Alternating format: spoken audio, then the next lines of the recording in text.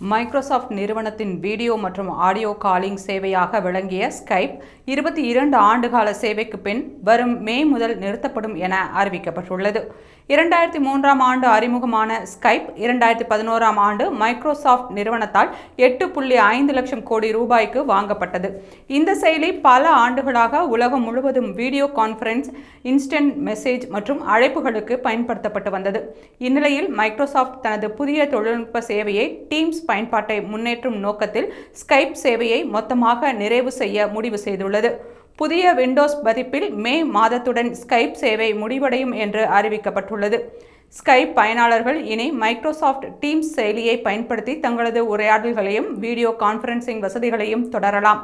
இது தொழில்துறை மற்றும் தனிப்பட்ட பயனர்களிடையே கலவையாக எதிர்வினைகளை உருவாக்கியுள்ளது. மேலும் மைக்ரோசாஃப்ட் டீம்ஸ் தற்போதைய காலத்திற்கேற்ப மேம்பட்ட தன்மைகளை கொண்டுள்ளதாக கூறப்படுகிறது.